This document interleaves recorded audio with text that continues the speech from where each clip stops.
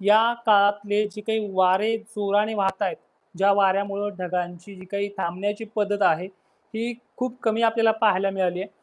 पुण्यासारख्या, कोल्हापूरसारख्या, सांगलीसारख्या, साताऱ्यासारख्या भागांमध्ये, त्याचबरोबर इकडे नाशिक क्षेत्रामध्ये, अहिल्यानगरच्या पण काही पश्चिमी भागांमध्ये पाऊस खूप चांगला झालाय.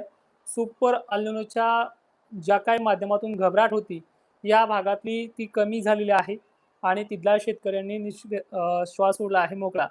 पण अद्यापही मराठवाड्यामध्ये काही परिस्थिती थोडी किचकट आहे. तर ह्या काळामध्ये जे काही बारीक-सारीक पावसावरती पेरण्या झाल्यात, मग हा पुढील जो टप्पा आहे, हा कसा राहील या संदर्भात हा आजचा लाईव्ह आहे. त्याचबरोबर जे काही विश्रांतीचा विषय आहे उघडीपचा, नेमकं ह्या उघडीप काळामध्ये कडक ऊन राहील का? किंवा याच्यामध्ये सापका-शिपका पाऊस होणारच नाही का? किंवा बिलकुल असं स्वच्छ सूर्यप्रकाशित वातावरण राहील का? या सगळ्या प्रश्नांचं उत्तर घेऊन आलेलो आहोत आणि हे वारे किती दिवस राहील याबाबतीतही बोलणार आहोत. मित्रांनो, व्हिडिओला सुरुवात करतोय. 8 जुलैला सुद्धा जी आजची परिस्थिती होती वातावरणाची, मध्यम हलके सटकारे काही ठिकाणी बरा, तीच पद्धत उद्यासुद्धा तंतोतंत लागू होणार आहे. पण विभाग आणि गावं, जिल्हे थोडे वेगळे आहेत. सर्वदूरची व्याप्ती नाहीये. पण मराठवाड्यामध्ये उद्यासुद्धा आजच्या तुलनेमध्ये जे पावसाचे फटकारे होते, ज्या पद्धतीनं रिमझिम, दमदार, हलक्या सरी, ह्या उद्यासुद्धा मराठवाड्यातल्या एकंदरीत सर्व जिल्ह्यांमध्ये कोसळणार आहेत. 2 तासासाठी, 3 तासासाठी किंवा अर्ध्या 1 घंट्यासाठी ही पद्धत लागू होणारच आहे. वारे जैसे थे तैसेच राहतील, पण ढगांची जी काही जोर आहे, जो नाशिक जिल्ह्याला होता, तो ओसरणार आहे. पुणे जिल्ह्याचा पाऊस कमी होणार आहे. कोल्हापूरचा सुद्धा, साताऱ्याचा सुद्धा पाऊस कमी होणार आहे आणि एकंदरीत ज्या पश्चिम महाराष्ट्रामध्ये मुसळधार बरसलेला पाऊस हा तिथे कमी होणार आहे. पण मराठवाड्यामध्ये मात्र जे काही सटकारे-बिटकारे, पेंडवणी पावसापर्यंत जी काही मजल मारली काही ठिकाणी चांदणभरीपर्यंत मोजक्या भागांमध्ये, ते उद्यासुद्धा 8 जुलैला चालूच राहणार आहे. यापेक्षाही थोडी बऱ्या पद्धतीनं पाऊस जो आहे, तो बुलढाणा जिल्ह्यामध्ये एकंदरीत सर्व तालुक्यामध्ये दमदार हजेरी लावेल, तर काही ठिकाणी बऱ्यापैकी चांगल्या पद्धतीनं हजेरी लावणार आहे. धुळ्याचं वास्तविक चित्र नंदुरबारचं हे बदललेलं आहे. अनेक भागांमध्ये तिथे सुरुवात झाली आहे. अनेक भाग मध्यरात्रीपर्यंत कव्हर होतील आणि उद्यासुद्धा ह्या भागांमध्ये पावसाचा जोर कायम असणार आहे. छत्रपती संभाजीनगरला जे आज झालंय ते सेम टू सेम उद्या आहे. थोडा उत्तरेकडील भागांमध्ये अजिंठा लेणी, भोकरदन, जाफराबाद, चाळीसगाव, सोयगाव हे परिसर जे आहे, ते पुन्हा उद्या पावसाच्या रडारवरती येणार आहेत. 8 जुलैला. त्यानंतर चिखली, मेहकर, खामगाव याचबरोबर अमरापूर परिसराच्याही उत्तरेकडील भागांना, त्याचबरोबर मलकापूर परिसराला, जळगावच्या एकंदरीत सर्व तालुक्याला झडी ते जोरदार सटकऱ्यांचा वर्षाव होण्याची शक्यता आहे. अमरावती, वाशिम जिल्हासुद्धा या पावसाच्या रडावरती आहे. पुसद, डिग्रज, चंद्रपूर, नागपूरसुद्धा मध्यम ते दमदार तर काही ठिकाणी जोरदार सटकारे, वारेसुद्धा त्याच पद्धतीने राहतील. त्यानंतर गोंदिया, चंद्रपूरला सुद्धा ही परिस्थिती आहे. 8 जुलैला सुद्धा महाराष्ट्रामध्ये फक्त पुणे वगैरेचा पाऊस वगळता पूर्वेकडे पावसाची थोडी चाल उद्याच्या दिवस बऱ्यापैकी राहणार आहे. म्हणजे 8 जुलैला. त्यानंतर 9 जुलैची परिस्थिती आपण पाहूयाच. पण 8 जुलैच्या मध्यरात्रीपर्यंत चंद्रपूर, हिंगणघाट या भागांमध्ये पूर्वेकडच्या वाऱ्याने आणलेल्या ढगांची गर्दी इथे संध्याकाळपर्यंत जमा होईल. त्यामुळे पूर्व विदर्भाला आणि विदर्भाच्या बऱ्याच भागांमध्ये उद्याच्या दिवस वापसामोड करणारा पाऊस असणार आहे. परभणी जिल्हा, नांदेड, हिंगोली, पुसद या भागांना सुद्धा उद्या दमदार हजेरी कायम आहे, ज्यामध्ये बऱ्यापैकी ओल राहू शकते टिकून पुढील 5-6 दिवसाच्या गॅपसाठी.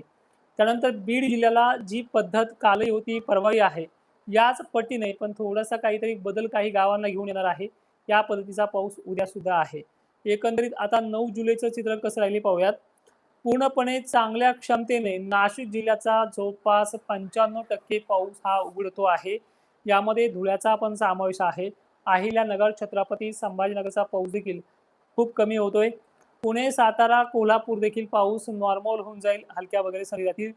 परभणी, नांदेड परिसरामध्ये, अहिल्यानगर, जालन्यामध्ये सुद्धा 8 तारखेला सुद्धा जालन्यामध्ये फटकारे-बिटकारे आणायचे आहेत. ज्या 9 तारखेला तुरळक ठिकाणी नागपूर, चंद्रपूर, गोंदिया इथेच काहीतरी फटकारे पडतील आणि महाराष्ट्रामधला 9 तारखेपासून बिलकुल नॉर्मल होते. ढगांची गर्दी, हलक्या सरी त्या मात्र ठिकठिकाणी होत राहतील, मोठा पाऊस नाहीये. 10 जुलैला वातावरण हे पूर्णपणे मोकळं होऊन जाईल, म्हणजे याच्यामध्ये आभाळ, ढग या पद्धतीनं चालूच राहणार आहे. कोकणातला पाऊस पुन्हा ॲक्टिव्हेट होणार आहे 10 जुलैला. कोकणाच्या बरोबरच दक्षिण भागाला सुद्धा ही पद्धत आहे. मी काही कमेंट घेणार आहे, थोडंसं थांबा. आणि बऱ्याच जणांनी कमेंट इंग्रजीमध्ये ज्या फॉरेन्सिक लँग्वेजमध्ये केल्या, त्या मराठीमध्ये टायपिंग करून पाठवा मित्रांनो. ठीक आहे.